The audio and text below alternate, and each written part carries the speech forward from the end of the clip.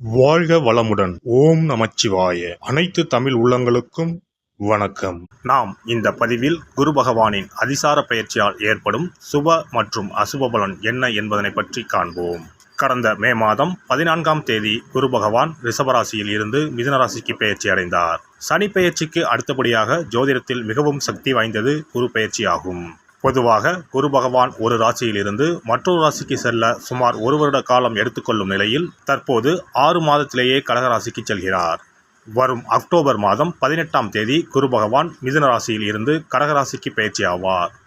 கடகராசிக்கு பயிற்சியாகும் குரு பகவான் டிசம்பர் மாதம் 5ஆம் தேதி மீண்டும் மிதுன ராசிக்கு பயிற்சி ஆவார். கிரகங்கள் பொதுவாக தங்கள் சுற்றுப்பாதையில் ஒரு குறிப்பிட்ட வேகத்தில் நகர்ந்து ஒரு ராசியில் இருந்து மற்றொரு ராசிக்கு செல்லும். சில கிரகங்கள், குறிப்பாக குரு, தங்கள் சுற்றுகளின் போது ஏற்படும் ஈர்ப்பு விசையின் காரணமாக தங்களது இயல்பான வேகத்தை விட வேகமாக நகர்ந்து குறிப்பிட்ட காலத்திற்குள் அடுத்த ராசிக்குள் நுழைந்துவிடும். இந்த வேகமான மற்றும் முன்னதாக நடக்கும் நகர்வுக்கு அதிசார பயிற்சி என்று பெயர்.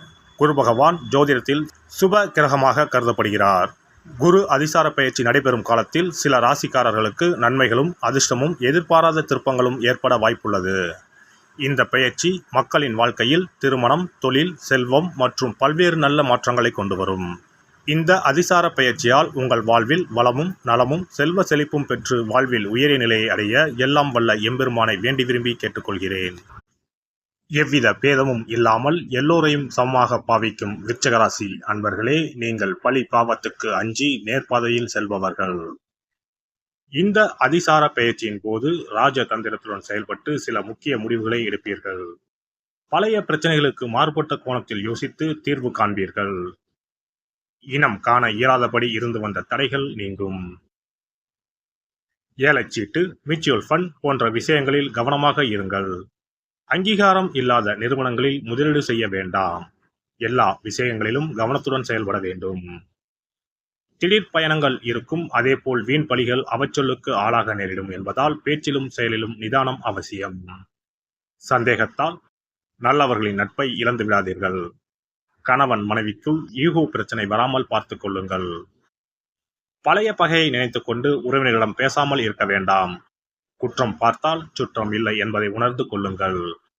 குலதெய்வம் கோயிலுக்கு சென்று சுவாமி தரிசனம் செய்வது நன்மை தரும். குடும்பத்தில் மகிழ்ச்சி உண்டு. குடும்பத்தாரின் பூரண ஒத்துழைப்பு உங்களுக்கு பக்கபலமாக இருக்கும். வெளிவட்டாரத்தில் செல்வாக்கு உயரும். அதே அளவு விமர்சனங்களும் வரும். எதிர்பார்த்தபடி பணவரவு இருக்கும். உறவுகளால் ஏற்பட்ட சங்கடங்கள் நீங்கி நல்லது நடக்கும். அத்தியாவசிய பொருட்களை வாங்குவீர்கள். வீடு பராமரிப்பு பணிகளில் கவனம் செலுத்துவீர்கள். பழைய சொத்தை விற்றுவிட்டு புதிதாக பெரிய மனை வாங்குவீர்கள். புதிய வாகனம் வாங்கும் யோகம் உண்டு. உடல் சோர்வு, வீண் அலைச்சல், டென்ஷன் விலகும். தாய் வழி சொத்து கைக்கு வரும். அரசியல்வாதிகள் பரபரப்புடன் காணப்படுவார்கள். மறைமுக பணவரவு, திடீர் பயணங்கள் கூடி வரும். அதன் மூலம் ஆதாயமும் உண்டு. அரசு வழக்கு சம்பந்தப்பட்ட விஷயங்களில் அலட்சியம் கூடாது. ஆளுமை திறன் அதிகரிக்கும். தொட்டதெல்லாம் வெற்றியடையும். வெளிப்படையாக சில கருத்துக்களை தெரிவிக்காமல் இருப்பது நல்லது. மன இறுக்கம், தூக்கமின்மை விலகும். ஆரோக்கியத்தில் அக்கறை காட்டுவது நல்லது. வீட்டில் அடுத்தடுத்து சுப செலவுகள் வந்து போகும். வீடு வாகன பராமரிப்பு செலவுகள் அதிகரிக்கும். குடும்ப அந்தரங்க விஷயங்களை வெளியில் சொல்லிக் கொண்டிருக்காதீர்கள். பிரபலமானவங்களின் நட்பு கிட்டும். பேச்சில் கம்பீரம் பிறக்கும். உடல்நலம் திருப்திகரமாக இருக்கும். வியாபாரத்தில் பற்று வரவு உயரும். விளம்பர யுக்திகளை கையாண்டு வாடிக்கையாளர்களை அதிகப்படுத்துவீர்கள். கூட்டுத் தொழிலில் புது ஒப்பந்தங்கள் கையெழுத்தாகும். அரசுக்கு செலுத்த வேண்டியவற்றை முறையே செலுத்திவிடுங்கள். உத்தியோகத்தில் உங்களின் திறமைக்கு அங்கீகாரம் கிடைக்கும். மேல் அதிகாரிகள் நெருக்கமாவார்கள். எனினும் அவரிடம் அதிக உரிமை எடுத்துக்கொள்ள வேண்டாம். புதிய வாய்ப்புகளை யோசித்து ஏற்பது நல்லது. கணினி துறையினருக்கு சலுகைகள் கிடைக்கும். கலைஞர்கள் உங்களின் திறமையால் சாதித்து காட்டுவீர்கள். இந்த அதிசார பயிற்சி நிதானத்துடன் இலக்கை எட்ட வைப்பதாக அமையும். உத்திரமேரூர் காஞ்சிபுரம் செல்லும் வழியில் திருப்புலி வனத்தில் அருள்பாலித்துக் கொண்டிருக்கும் சிம்ம தட்சிணாமூர்த்தியை வியாழக்கிழமையில் வணங்குங்கள். காது கேளாதோருக்கு உதவுங்கள். நீங்கள் நினைத்தது நிறைவேறும்.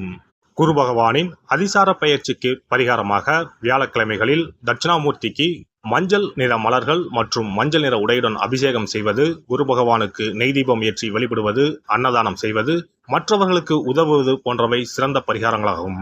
மேலும் வியாழக்கிழமைகளில் குரு பகவானின் காயத்ரி மந்திரத்தை உச்சரிப்பதும் நன்மை பயக்கும். குரு பகவான் சஞ்சரிக்கும் அந்தந்த ஆலயங்களில் உள்ள குரு மற்றும் நவகிரக சன்னதிகளில் தீபமேற்றி வழிபட்டு வரலாம். சிறப்பு பரிகாரம்: வியாழக்கிழமை அன்று மண்ணால் செய்யப்பட்ட ஒரு உண்டியலை வாங்கி வர வேண்டும். அந்த உண்டியலின் வெளிப்புறத்தில் மஞ்சளில் பன்னீரை ஊற்றி குழைத்து உண்டியல் முழுவதும் பூச வேண்டும். இப்படி பூசிய இந்த உண்டியலை நம்முடைய வீட்டின் குபேர மூலையில் வைத்துவிட வேண்டும். தினமும் அல்லது வாரத்திற்கு ஒரு முறை குறிப்பிட்ட ஒரு தொகையை போட்டுக்கொண்டே வர வேண்டும்.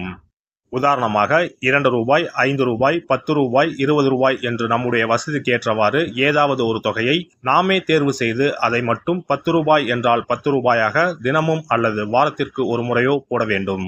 இப்படி உண்டியலில் நாம் பணத்தை சேர்ப்பதன் மூலம் நம்முடைய வாழ்க்கையில் குருவால் ஏற்பட்ட பண பிரச்சனைகளும் தன பிரச்சனைகளும் தீரும். உண்டியல் நிறைந்த பிறகு உண்டியலில் இருக்கக்கூடிய பணத்தை எடுத்து அருகில் இருக்கக்கூடிய சித்தர்கள் ஜீவ சமாதி உண்டியலில் செலுத்திவிடலாம் அல்லது ஏதாவது ஒரு பொருளாக வாங்கி கொடுக்கலாம். இது பொதுவான பரிகாரமாகும். உங்கள் ராசிக்குரிய அதிசார பயிற்சி பலன்களை அறிந்து அதற்கு ஏற்ற பரிகாரங்களை ஒரு அனுபவமிக்க ஜோதிடரின் ஆலோசனையின்படி செய்வது நல்லது. எல்லாம் வல்ல இறையருளால் நீங்களும் உங்கள் அன்பு குடும்பமும் உடல் நலம், நீலாயுள், நிறை செல்வம், உயர் புகழ், மெய்ஞானம் ஓங்கி வாழ்க வளமுடன். இந்த வீடியோ பதிவு உங்களுக்கு பிடித்திருந்தால் லைக் பண்ணுங்க, கமெண்ட் பண்ணுங்க, ஷேர் பண்ணுங்க, மறக்காம சப்ஸ்கிரைப் பண்ணுங்க, பக்கத்துல இருக்கிற பெல் பட்டனை கிளிக் பண்ணுங்க. நன்றி, வணக்கம். ஓம் நமச்சிவாய, சிவாய நம.